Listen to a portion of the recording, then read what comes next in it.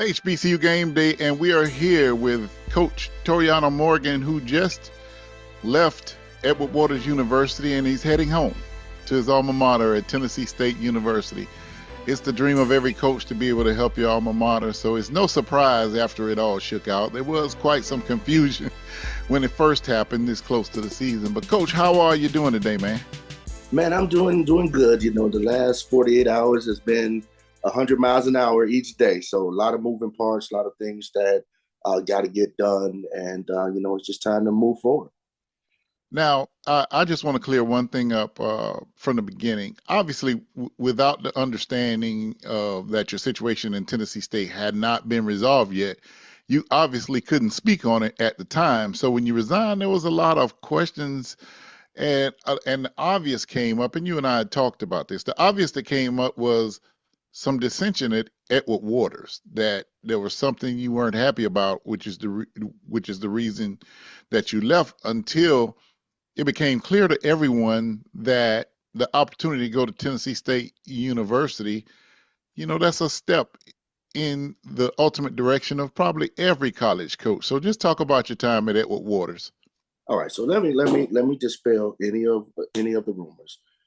Edward Waters gave me the first opportunity to be a collegiate head coach, and they have been nothing but outstanding to me and my family as far as allowing me to come in and to work alongside with them as colleagues, as partners, to give me the innovation to continue to grow that program to the level of which it is now, and it's going to continue to grow. So I forever am grateful to Dr. Faison, Dr. Bryant, who was the AD there, and then ultimately Dr. Rich, who's now currently the athletic director there. So my time there, was an opportunity that allowed me to grow as a coach, as a person, to serve young men, and just to do it at a high level. So there's never a perfect time for a situation like this to happen.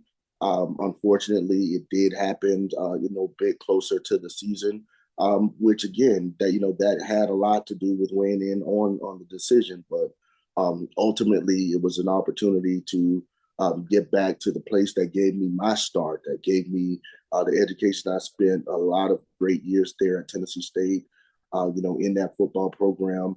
Both of my degrees are from there, both my master's and my bachelor's. So to get back to the opportunity to serve Tennessee State because it's done so much for me, was just the ultimate opportunity for me.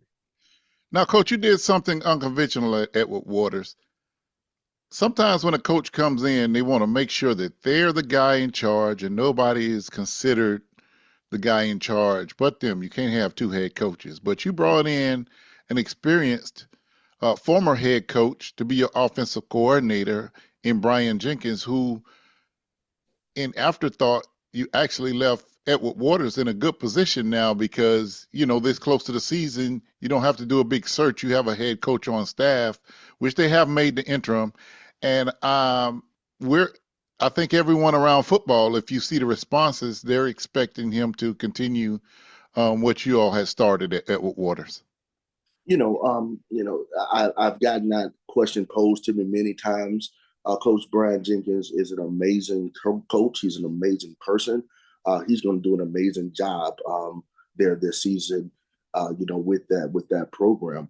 But as far as bringing him on to the staff, the goal is to win. And sometimes you can't always be the hey all be all in the room. One thing I said about the coaching staff that I put together, I did want yes men. I want respectful men. But there was a lot of experience. Coach Jenkins was one that probably had the ultimate success as a head coach of the other coaches on the staff. But in hindsight, there are 4 other coaches on that staff that have served in head coaching capacities.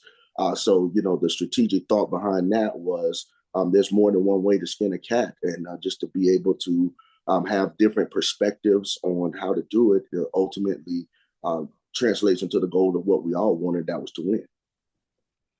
Okay, so last season, Tennessee State had their breakout year under Eddie George. I mean, won the conference, won a playoff game, just just had an amazing season last year. So it's no surprise that when there was a little hiccup with the administration and what the relationship was going to be with athletics, that he did decide to take the job at Bowling Green. But now it seems like things are resolved in Tennessee and things are smoother. And in comes Reggie Barlow, straight from winning the championship. Uh, and so when he made the call to you about being on the staff, what was your thought? Well, Coach Barlow and I have worked together previously at Virginia State University. So again, I was honored, of course, and I knew from when he accepted the position that winning was going to be right around the corner, because if you look at his track record, everywhere he goes, he doesn't just win, he wins championships.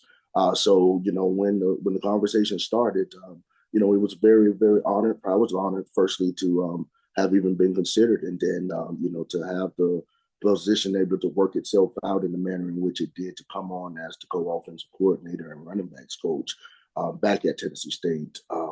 Was a great opportunity that I just couldn't pass up. There are a lot of steps that different coaches, each coach has their own path of getting to what they ultimately would like to. Do you feel that this opportunity brings you closer to what your aspirations are as a head coach? Yes, I definitely believe it does.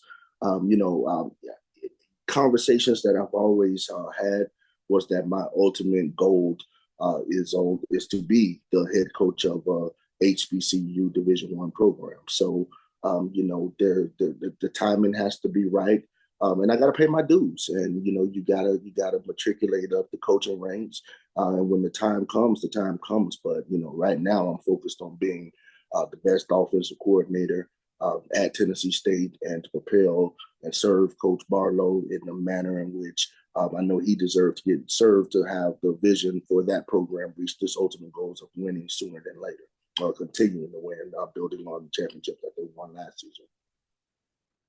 Well, Tennessee State will go into the Ohio Valley Conference with a target on their back this year, unlike this is several years before. Have you and Barlow and the coaches that are assembled talked about going into the Ohio Valley Conference this year, and what you all would like to see out of the team this year? Yes, I hadn't made it up there to any of the staff meetings as of yet, but I do understand the plan. They've been working through the OTAs and walkthroughs and everything. So it's a process. So we're going to kick off training camp next week. And then, you just got to build it brick by brick. We got to make sure that we put together the right personnel, put it in the right places, understand that the kids are understanding what we're asking of them. Coaching staff, make sure that we're all on the same page. Very dynamic coaching staff. And I think that, if you look at it, everybody has worked with each other at some level throughout that particular coaching staff. So that's going to kind of, smooth the continuity of that pretty quickly. And then just laying the plan and following through with it. And then as the season comes, week 1, North Carolina A&T is where our focus is. All right, Coach Toriano Morgan, we'll be keeping our eyes on the Big Blue Tigers of Tennessee State University, as they've been resurgent over the last couple of years, and we're expecting that to return. Looking forward to an exciting football season, and Coach, we'll be following your progress, and we hope to talk to you later on this season up in Tennessee. All right, thank you. Appreciate the opportunity to talk to you today. All right, HBCU Game Day with the co-offensive coordinator of the Tennessee State University Big Blue Tigers, Toriano Morgan.